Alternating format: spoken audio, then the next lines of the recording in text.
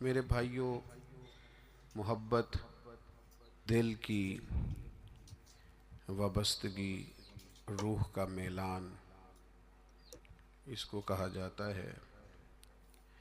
दिल इंसानी जिस्म का बादशाह है। जो चीज़ें दिल में पनपती हैं, जो ख्वाहिशात दिल के अंदर करार पकड़ती हैं, सारा वजूद वही करता है।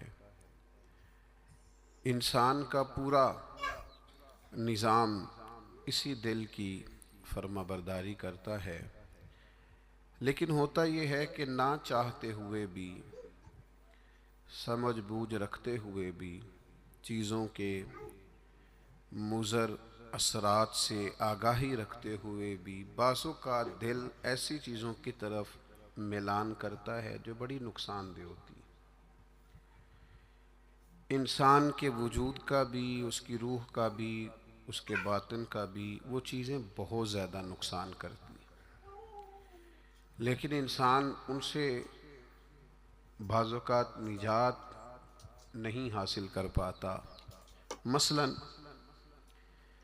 सबको पता होता है कि हिरस, लालच, हवस ये कोई अच्छी चीज़ नहीं।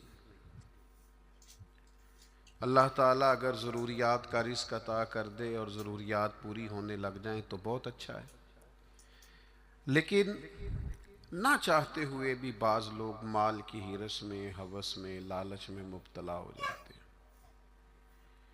ये मोहब्बत दिन ब दिन बढ़ती चली जाती है। वो खुद अपने आप से कई दफ़ा सवाल करते हैं कि यार दिल, तूने तो एक दफ़ा ये कहा था कि बस मेरी ज़रूरियात पूरी होने लग जाएं, 2 वक्त की रोटी चलने लग जाए, बच्चों के अखराजात निकलने लग जाएं, सर छुपाने को एक मकान मिल जाए तो काफ़ी है, अब तू किधर निकल गया। लेकिन बहुत सारा उससे बढ़कर अल्लाह ने फजल कर दिया, ख्वाहिश से बढ़कर अता कर दिया, लेकिन कहीं ठहराव नहीं हो पा रहा, दिल रोक नहीं रहा। रोज़ माल की मोहब्बत, माल का लालच बढ़ता चला जाता है। ये इस कदर ज़्यादा नुकसान करता है कि नबी करीम सल्लल्लाहु ताला अलैहि वसल्लम ने इरशाद फरमाया कि दुनिया की मोहब्बत हर गुनाह की जड़ है।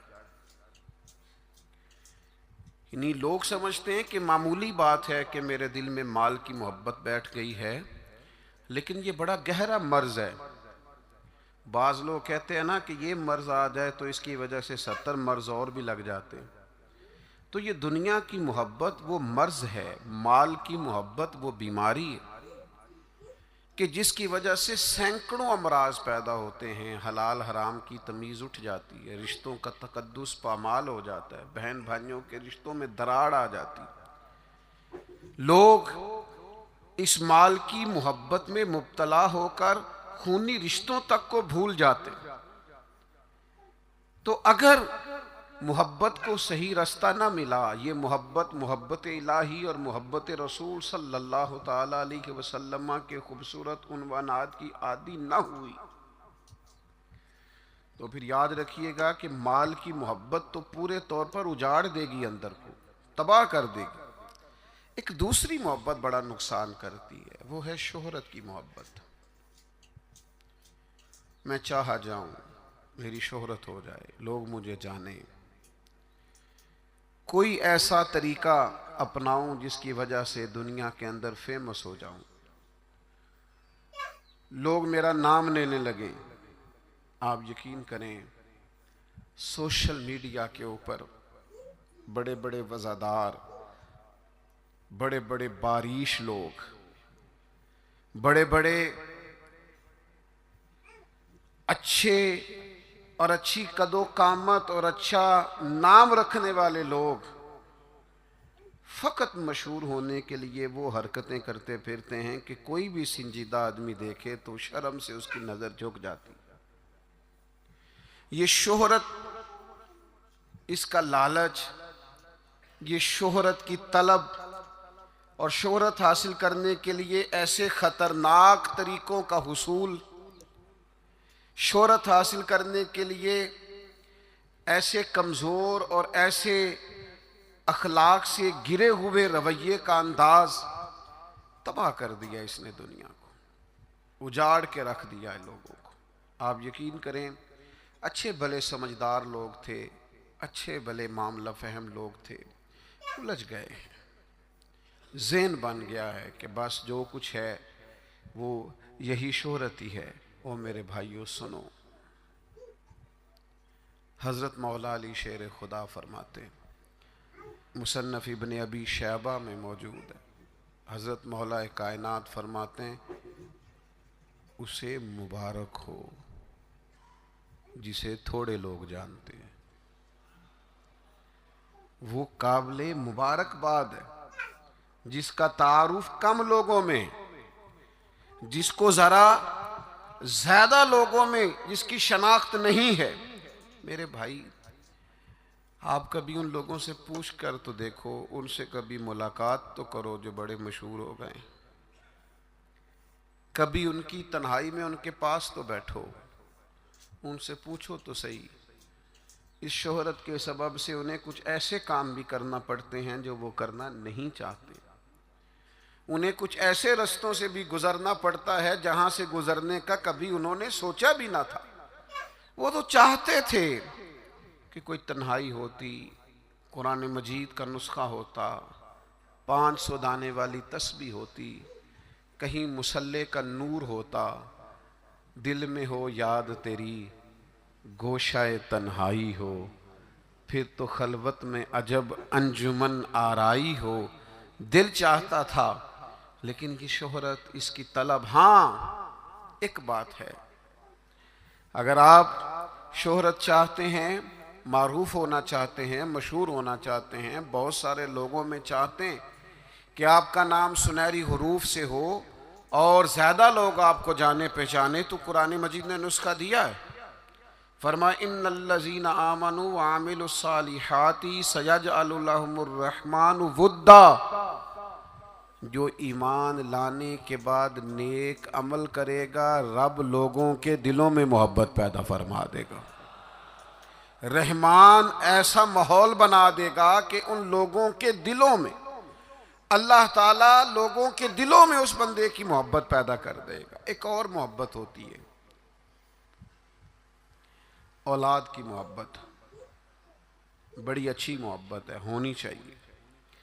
लेकिन अगर यही औलाद शरीयत के रास्ते में आने लगे, अगर यही औलाद इस तरह का रवैया इख्तियार होने लगे कि आपको उसकी खातर हलाल हराम की तमीज़ भूलना पड़े, या औलाद कहीं रुकावट बने शरीयत की राह में, तो फिर कुरान मजीद ने कहा, इन्नमा अम्वालुकुम व औलादुकुम फितना।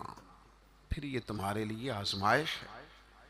फिर तुम्हें थोड़ा गौर करना पड़ेगा, तुम्हें फिर देखना पड़ेगा, फिर तुम्हें तवज्जो करनी पड़ेगी कि कहीं अल्लाह रसूल के रास्ते में तो नहीं आ रही।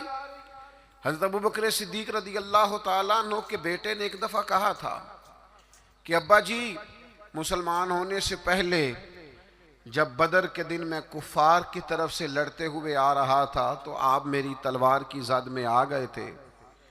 मैं आपको कत्ल कर सकता था, पर मैंने बाप समझ करके छोड़ दिया। तो सैयदना अबू बकर सिद्दीक फरमाने लगे, बेटा तो अभी कलमा नहीं पढ़ता था, तूने मुझे बाप समझ के छोड़ दिया। अगर तू बदर वाले दिन मेरी तलवार के नीचे आता तो मैं तुझे कभी बेटा समझ के माफ़ ना करता, दीन का मुखालिफ समझ के कत्ल कर देता। इसलिए कि जो औलाद शरीयत के रास्ते में आएगी, दीन के रास्ते में आएगी, पैगाम हक के रास्ते में आएगी, उसे औलाद समझकर दरगुजर थोड़ा किया जाएगा। मेरे अजीजों, वतन की मोहब्बत भी कभी गालब आती है, इलाके की मोहब्बत भी कभी गालब आती है। इंसान जहाँ पैदा होता है, जहाँ जवान होता है, जहाँ वक्त गुजारता है, जहाँ उसके अहबाब होते हैं, जहाँ उसकी दोस्तियाँ होती हैं, जहाँ उसके ताल्लुकात होते हैं, वो मोहब्बत भी कभी गालिब आती है। लेकिन याद रखना, सारा कुछ ही मक्का मुकरमा में मौजूद था। वहीं पैदा हुए थे सहाबा, वहीं दोस्तियाँ थीं, ताल्लुक़ थे, रिश्तेदारियाँ थीं। लेकिन जब पता चला ना कि महबूब को मदीना पसंद है, तो फिर किसी ने भी वतन से प्यार नहीं किया, मोहम्मद अरबी के शहर से मोहब्बत फरमाई है।